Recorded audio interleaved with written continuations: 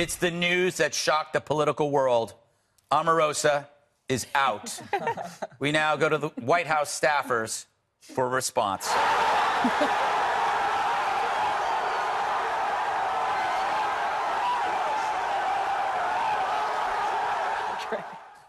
Very emotional, apparently.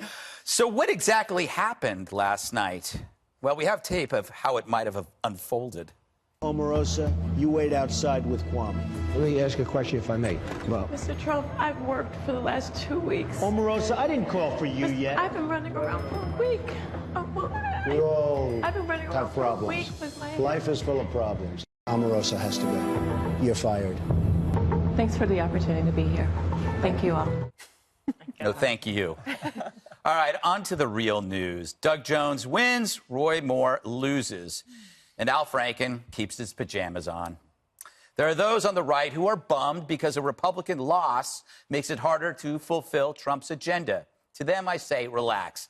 The silver lining to this cloud is actually bigger than the damn cloud. First, this is no referendum on Trump. It's a referendum on a state election that made all of us squirm, including you. You can tell by Trump's polite tweet after, he was relieved not to have this albatross across his neck, around his neck. Now the party must get to work and find a real candidate to unseat Jones. But here's the real good news. The only reason we had this election was because Donald Trump won. It's true. Imagine it's October 2016 and a genie offers you this deal. You could win the White House, change the political landscape, dump the Clintons, but you'll lose a Senate seat in a year. Wouldn't you take that deal? Of course you would. Sure, the Republicans blew the primary, which got us this mess, but it could be far worse. You could still have that seat, but under Hillary. As for you, Doug Jones, stop grinning and open your mind. You're already a lame duck. A lefty in Alabama is like a popsicle in a sauna, which is why you nearly lost to the most flawed candidate ever. Your butt saved only by Republican write-ins. So grab lunch with the president. You already have something in common with him. Your opponent sucked. Yeah.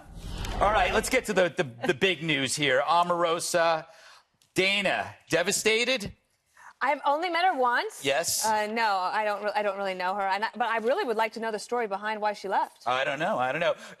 Jesse, what network is she coming to? Not this network, I don't think. Probably MSNBC. We are hearing news that she was escorted out of the White House by armed security because she did issue some vulgarities to General Kelly and claimed credit for the Trump election. You can't fire me. I got Trump elected. Besides, don't you have that honor? Yes. Come on. The water's bump. Yes. Oh, my God. Marie. The water's swell. It's still going. You were in the White House. Was there any, I mean, there's always somebody nobody liked. I mean, nobody could get along with Omarosa because that was Dana in the book. Yes. She does a little, but it's like because she came in entitled with a previous relationship. She was like, I'm friends with Trump. I have a hall pass. Right. Well, and he sort of had a team of misfit toys with him during the campaign because a lot of people didn't think he would win. A lot of Republicans didn't want to be part of his campaign, and she was someone that would work for him when almost no one else would. She got rewarded with a White House job, which a lot of us were sort of concerned about. Valerie Jarrett was that person in the Obama White House. Oh, really?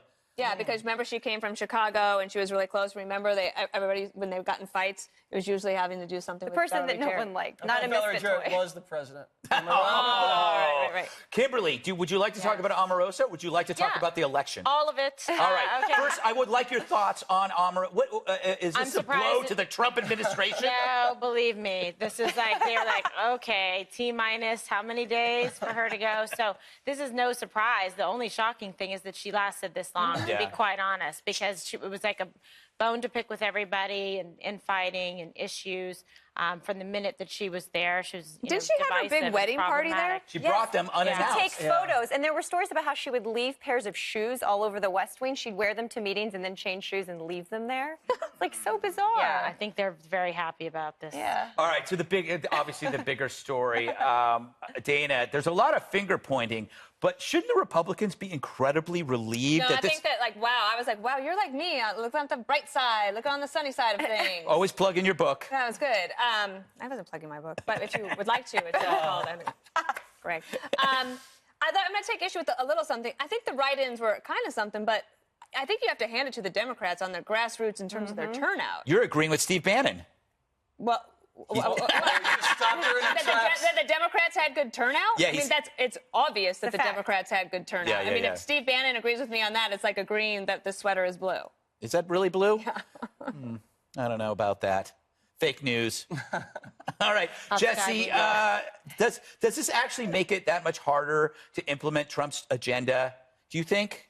No, because I think they still have the votes for tax cuts. Listen, Democrats did not win. Roy Moore lost. If I were a Democrat, I wouldn't be that excited about barely beating a candidate who is credibly accused of molesting little kids. I don't think that's something we want to hang your hat on. There's no big wave coming out of this. Jones had no mandate either. He's going to be a lame duck in 2 years. He's going to get beaten by a normal Republican. So he might as well caucus with the majority. Yes. Listen, this guy... No one even wanted him to win. I don't even think the Republicans cared about the seat. They didn't spend money there. The RNC They didn't campaign there. Everybody pulled their endorsement. So this guy was a fringe candidate. He was a rural guy that was a bomb thrower, and the suburbs didn't turn out for him. And Roy Moore came strong. He came to play. He won black women strong. He won independents. And you got to tip your hat to it. But I don't blame Mitch McConnell. Mitch McConnell picked the right horse. Luther Strange from the jump, and McConnell has So did the president. And so did Donald Trump. And McConnell has been warning about these bomb throwers in the Senate races, like a Sharon Angle, the witch candidate from Delaware, Remember the that? Todd Aiken rape guy from Missouri. So we could have all seen this coming, and it finally happened. But I think in the long term, it's good for the Republicans. So, Kimberly, Trump picked the right horse, and Moore has to leave on a horse. Ooh. Let's roll some tape of Donald Trump, and I would love to have you comment on this, would you? Of course. All right. I think it's very important for the country to get a vote next week, not because we lost a seat. Yeah, wish we would have gotten a seat. A lot of Republicans feel differently. They're very happy with the way it turned out. But I would have, as the leader of the party, I would have liked to have had the seat. I will tell you that to me, it's very, very important to get this vote. Not because of that, but because of and I don't know what the vote will be. I don't know what exactly the final. We have a margin now of 2, plus our great vice president. So I really, I think we're going to get the vote. So, Kimberly, I get from this that it's about seats and not about people. Sure. But even I could tell that he wasn't that broken up about it. Well, no, but he's a businessman. You got to move forward. He's like, okay, this was a bad deal. It didn't work out. But he's probably thinking, okay, I picked the right guy to begin with.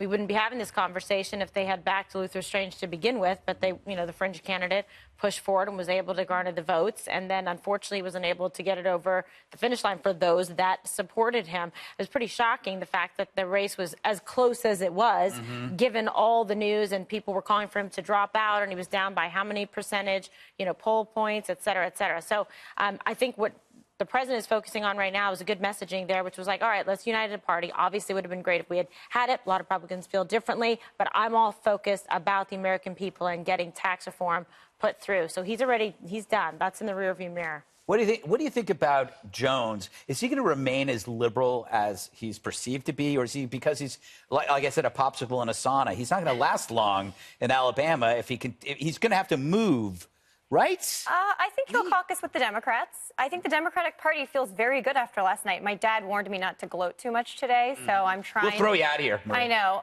No, but look. That's what we do. I think you're overlooking a real political reckoning that's happening in the Republican Party going into 2018. Midterms are historically bad for incumbents, and Donald Trump and the RNC went in behind this candidate.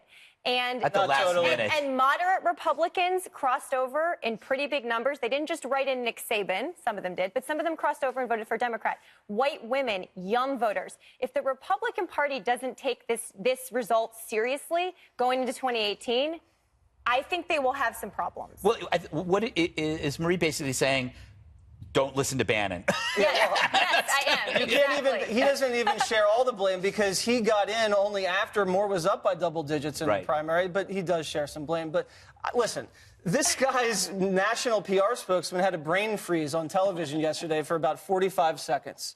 He said gays should be in jail. He said Muslims can't serve in the United States Congress. And he was drenched in scandal.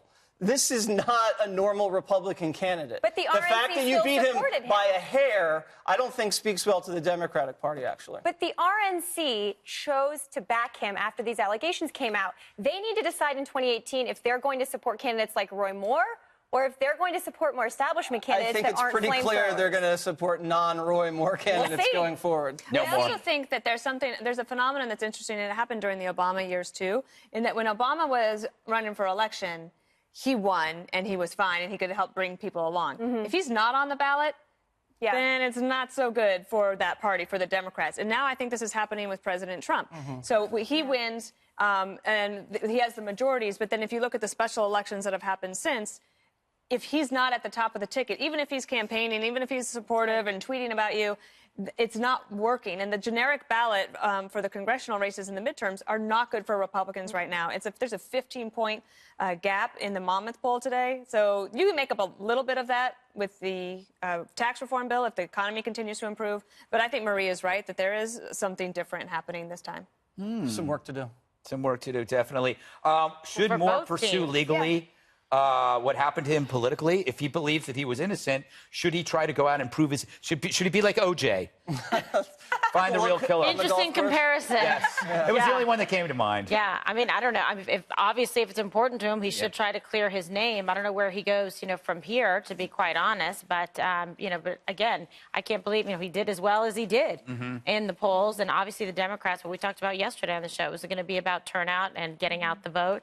And the Democrats have always been quite skilled at doing that, whether it's presidential elections or local congressional They got races. so lucky with this candidate. They did. They really but did. Still, Of course they but did, If but they still. had a 5-to-1 advantage in terms of registered Republicans over Democrats. Yeah. So even I think that it is pretty remarkable that he won, and I think that the NAACP does deserve some credit there for their grassroots organization in Alabama was amazing.